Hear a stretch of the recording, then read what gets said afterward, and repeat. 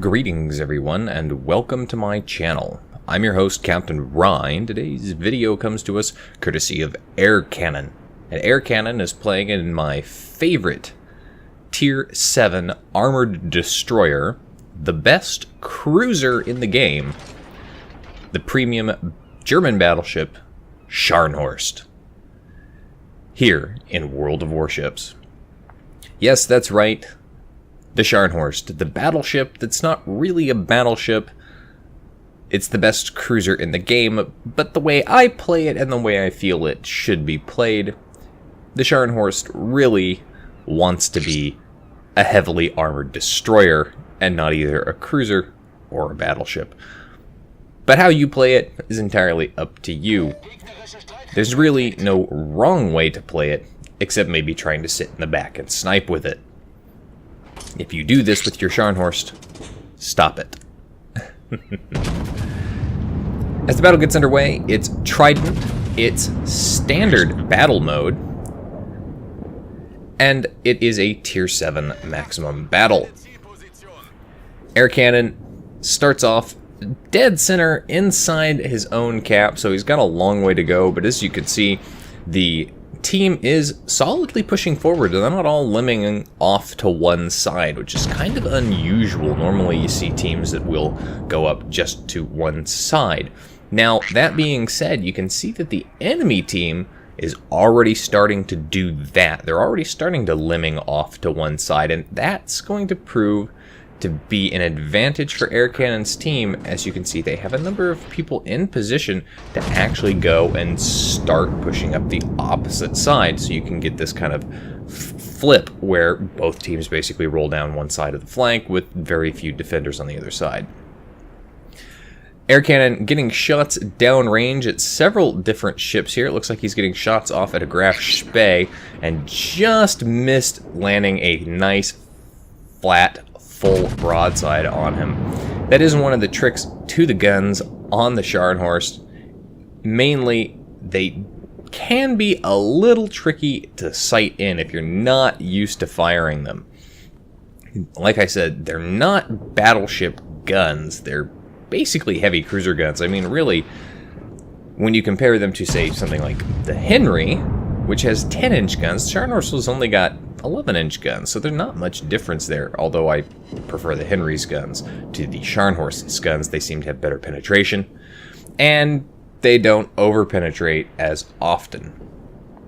The Scharnhorst, in my opinion, is also a much more enjoyable ship than, say, the Tirpitz, the other premium German battleship that you can buy that's up at Tier 8.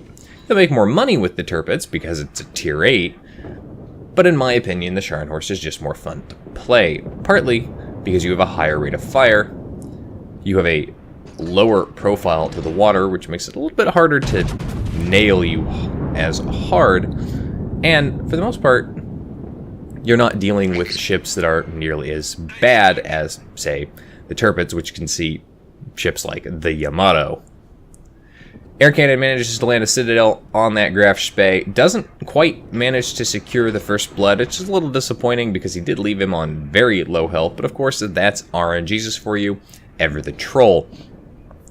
Now, the other thing to remember when playing the Scharnhorst is not the knockout blow battleship, unless you're against a cruiser or occasionally fighting against a destroyer. What the Scharnhorst is death by 1,000 cuts there. As you can see, the reload, again, it's fairly quick at 20 seconds for these guns, and you can get these shots off at an incredible rate, and you do pretty consistent damage with the armor piercing. Now, Airkannon is shooting at a destroyer, but he's shooting the armor piercing. He's not switching over to high explosive, and that's because the armor piercing is going to do, again, a pretty reasonable, consistent job of nailing this destroyer. Then again, this destroyer is also the German destroyer, the T-22, and that destroyer is a bit more susceptible to armor piercing than other destroyer classes, which is kind of stupid. Of course, just as he gets shots out there, the destroyer drops off detectability, so those shots kind of scatter, which is unfortunate because that destroyer is very low health. The enemy team has lost their Graf Spee, and they have lost one of their destroyers, so Airkanons' team now has a destroyer advantage, and they have that destroyer advantage early on. Plus, one of the remaining destroyers there, that T-22, is fairly low health, and because it's a T-22, it can't stealth torp. So that is something to consider. He's going to have a difficult time. I do recommend, if you have a Scharnhorst, to put your German battleship captains on it with those manual secondaries. Now, the manual secondaries, they're not the Tirpitz manual secondaries. You're not going to get out there with that 8-kilometer secondary range. But with manual secondaries, I do believe you can get the Scharnhorst secondaries out to something like 7.2 kilometers, and they're fairly accurate. I've gotten a number of close-quarter experts in this ship with manual secondaries, and when closing in and dealing with destroyers, it can truly and especially be something fun to do. T-22 pops up again. He's firing his guns. Not something I'd recommend when you're that low health in a destroyer and you've got ships like a Scharnhorst lurking around. Probably going to end badly for you, as it has for this player, as Airkanon secures his first kill in the game. The enemy team has managed to pull it back just a little bit. They've got 2 kills, but they've lost 2 of their destroyers, and they've just lost another ship, so they are down double the number of ships. And Airkanon is now got the nice broadside of a New Mexico to shoot at. Now you notice that his shots, his armor piercing, ended up bouncing on a lot of his shots, and that's because the armor on the New Mexico is pretty damn thick, even at this kind of range. You can Citadel ships with the armor piercing from this kind of range, but only if they're providing you a perfect broadside, and this New Mexico isn't providing a perfect broadside there. Though you can see that New Mexico's taken quite a significant beating from some torpedoes. Now the secondaries are doing their job. They've opened up there, and they've got a fire going on in New Mexico, and that's why I love the secondaries on this ship, because they do a pretty reasonable job setting fires. Now, I wouldn't have slowed down in this situation. I would have actually gone in, pressed home the attack, and actually fired off torpedoes at this guy because, hey, you've got torpedoes, why not? And of course, as you can see, that New Mexico returning fire with those 14-inch guns at this kind of range really does manage to nail Airkanon hard. And again, I wouldn't have slowed down. The Scharnhorst, like the Iowa, really can and does rely on that high speed that it has, which in this case is 31 knots, to use its maneuverability to avoid bearing broadside. Still though, Airkanon managed to secure a second kill in the game on that Iowa. And now he's got a cruiser out there in the distance. That cruiser's broadside on. He's very low health. Can Airkanon secure the kill? Yes, he does.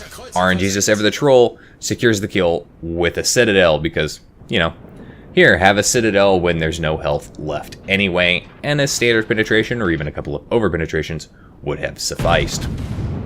Airkanon's got a choice between 2 ships to shoot at. He's got a broadside Iron Duke here, and he's got a broadside Budyoni. Broadside Budyoni, much better target to shoot at with those 11-inch guns, and that Budyoni pays for it hardcore as he eats at least 2 Citadels and pretty much loses all his health. But remember, Soviet cruiser, very fast, kind of cheeky at how fast they actually seem to move. They don't appear to move that fast, and those shots tend to fall a little bit aft there. Don't quite land the killing blow, but he's very low health. Surprisingly enough, nobody's actually shooting at him, which, if I was the battleship in front of Airkanon, I'd actually have switched my fire on there, because why not secure a kill rather than take the damage? Now Airkanon is closing in here. He's got his shots out, finishes off that Budyoni, takes him out of the game, and now he's got his torpedoes away at this closing in battleship. Now this is also a Scharnhorst, so remember he's got torpedoes. And the best thing to do when dealing with a Scharnhorst at these kinds of ranges is to fire off your torpedoes and immediately turn in, as Airkanon has done, so that those torpedoes miss, but Airkanon's torpedoes did not. And that's going to secure Airkanon his Kraken Unleash in a very short order. It also leaves the enemy team with just 3 ships. So you see what that Scharnhorst did wrong there? He fired off his torpedoes, and then he continued sailing in a straight line. If you're dealing with a Scharnhorst, if you're dealing with the Key, the Tirpitz, or the Gneisenau, and you're closing into your torpedo range, fire off your torpedoes, and then turn in. And don't just turn in because you can turn in to present a smaller target for the torpedoes, as well as angling your armor towards the enemy's guns. Turn in so that if you can, turn around and get the torpedoes off on the other side of your ship.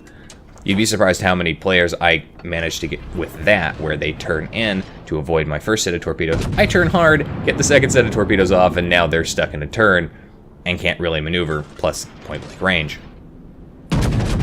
Air cannon trying desperately to secure the kill on this cruiser out here, this little French baguette. He seems to be having a hard time actually landing hits. Does, of course, finally land hits. Is he going to be able to secure the kill? That cruiser very low health. Doesn't look like he's going to get there as he gets his rear gun out.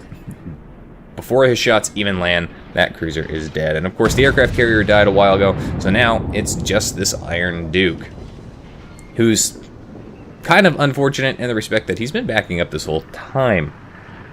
And he's broadside onto a bunch of ships. He's on fire in multiple ways. In this case, might as well go for it. Go ahead, close in, get those secondaries up, maybe get torpedoes off if you have time, but really it looks like this guy is not long for this world. And Air Cannon manages to secure a 6th kill, adding to his Kraken Unleashed by stealing that one. 102,000 damage, not bad for a Scharnhorst game where you're top tier actually, and considering the shots fired. Kraken Unleashed, though, only reward. A little disappointed by that. Was hoping for at least a Confederate or a high caliber in there, but not quite enough damage done to enough enemies. Still, though, Kraken Unleashed, always pleasant. 717,000 credits earned. This is why it's a premium and why it's a good ship to play. Top of the team for XP earned there, as to be expected with a Kraken Unleashed. Anyway, that's it for today's video, folks. If you liked the video, hit that like button, hit the subscribe, follow buttons, and leave a comment. If you'd like to get semi-regular channel news and updates, you can do so by liking and following me on Facebook. If you'd like to help support me and the channel grow, as well as gain some additional supporter perks, you can do so by becoming my supporter on Patreon. If you've got a replay like this one that you'd like to see featured on my channel, you can send it to my email. And if you'd like to watch me play various games live, you can do so by following me on Twitch.